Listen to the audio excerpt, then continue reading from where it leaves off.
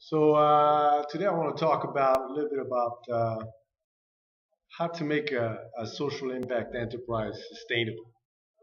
I've seen a lot online, a lot of companies coming up with NGOs, but want to have an impact, which can be done, but I'm not a big fan of it.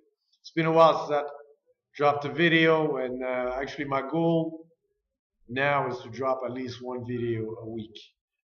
There's a lot of information I want to share, and I think it'll be great for people that are thinking about starting a social impact enterprise. Is it possible to make a social impact enterprise sustainable? Well, number one, yes, it is.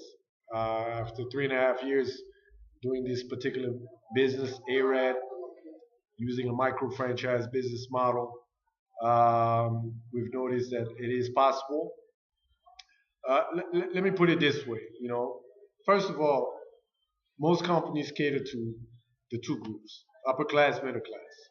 The BOP, the base of the pyramid, has been so neglected, and even though they have small margin, but they have the numbers. So there's huge opportunity for any business to cater to those guys. And it's so funny, when I started this business, there's almost no competition in that space. And we even tweaked it around. We didn't just develop a product that can generate revenue, but we developed a platform that actually create revenue for the operators. So it's a two-tier model where it's designed where the person at the BOP has to generate revenue before the company generate revenue. So we have to make sure they have to be successful. There's two key points I learned at the BOP. Number one, training. So you're dealing with individuals that may probably don't have experience in business. Number one, you're trying to bring a uniform distribution channel, whatever that case is, either for services or for products. So you have to educate not only the consumer, but the people that's going to be working in the organization. So training is key. I've yet to see any company that has no training program and has a successful impact enterprise. So training is absolutely key, and it's even more important for us because we have to train our micro franchisee how to do this business. Because if they're not successful, we're not successful. So we spend a lot of resources. So whatever you do, spend a lot of time training. Find a way to train either your consumer base or the people who's going to work for you at the BOP. To educate the consumer base. But you have to educate that consumer base about your product, your services, whatever you're bringing up. Second thing that you probably gonna have to understand is one revenue stream is just not gonna work for you. The margin are so small, you have to create a model where it has multiple revenue streams. Now it might not work for any type of business, but I've seen companies, for example, that only sell, for example, one product, like solar lights, just don't make it. You have to come up with a structure that have a multiple revenue stream. Number one. Number two, if you're doing products, you're going to have a model where you collect small amount on a daily basis instead of trying to get the cost paid at one time. It's just not going to work. They just don't have the revenue to buy that product upfront. So whether it's solar products, that's why we don't do products, first of all. We do services. It's much easier to distribute services, and now with mobile money and all this technology happening, it's much easier to collect the money.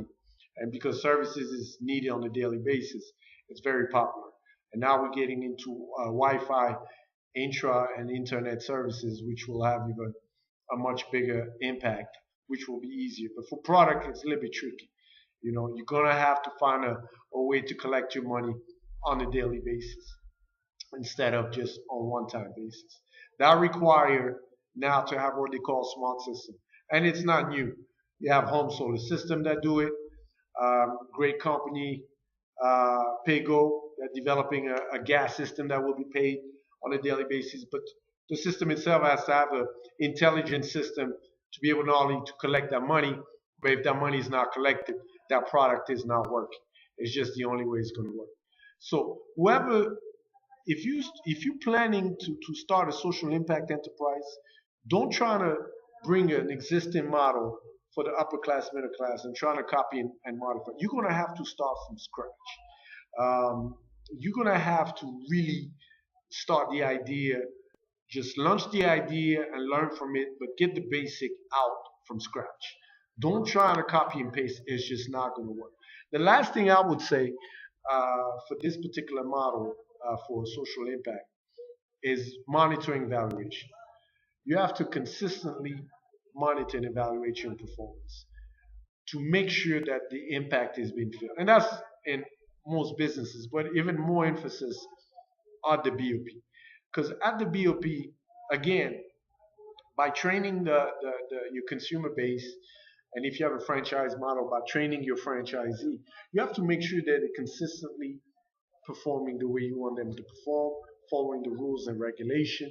So technology comes in, because if you're going to have a scale up franchise model, for example, you're not going to be able to have individual monitoring the micro franchisee. You got to have a software system. Now technology allow you to be able to cater to that group.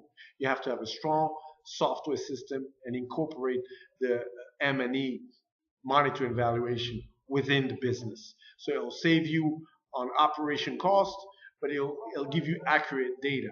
And that's what we've been doing. We spend a lot of money and resources to have this embedded. And then after that, then you can copy and paste whatever model you developed in that particular country from the BOP.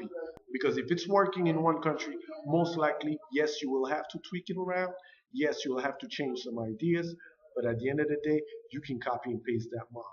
And if you're dealing with products or services, whatever the case is, I recommend two models. Aggregator model, which is a model that I've seen very successful for telecom. Aggregator model, where you develop the model, you develop a operation manual that explain the model and all that, and you look for local partners that will help you expand. Then licensing. You only do aggregator model in key countries that you think will be your gem, your best countries that will bring you best revenue. So you select those countries. Usually they have a large population. They have a very advanced entrepreneurship model. Whatever the case that is, then you have the aggregator model, which will allow you to have a physical presence in that country, but work with local partners. Then you have what they call what software have been doing it, but they can be duplicated, also a licensing model, where you license your technology or your know-how to partners in that specific country. Those two models will allow you to dominate the market within 5 years if you do it well. You'll still need money, but you're not going to need as much money as trying to go in each and every one of those countries, building the whole team, doing everything on yourself. Yes, you will earn less, but you will earn much more because you've been able to expand in, much more countries than the guy who's trying to do everything himself. Number one. Number two, you will not have those headaches of dealing with the politics and the corruption and all that. That will be a partner issue. But because they know that market, they know they're already used to that way of doing business, it'll be much easier for them to get involved in that market than because you're going to find yourself spending millions of dollars per country where you can just spend $100,000 or $10,000, depending on your business. I think that model, for those who want to do social impact enterprises, can help you at least format and give you an idea of how to do it. If you have any question, get at the bottom, and you can post it on the YouTube, or follow me on the Henry Nyakarundi Twitter, or on Facebook. I'm not on all the social media, but Twitter is my favorite one. So if you have any questions, don't hesitate. The thing we have to understand is, for us to make a difference, we have to develop those technology, those products ourselves in Africa, and also develop, those manufacturing partnership and all, so we can solve our own issue with our own product. Thank you, guys.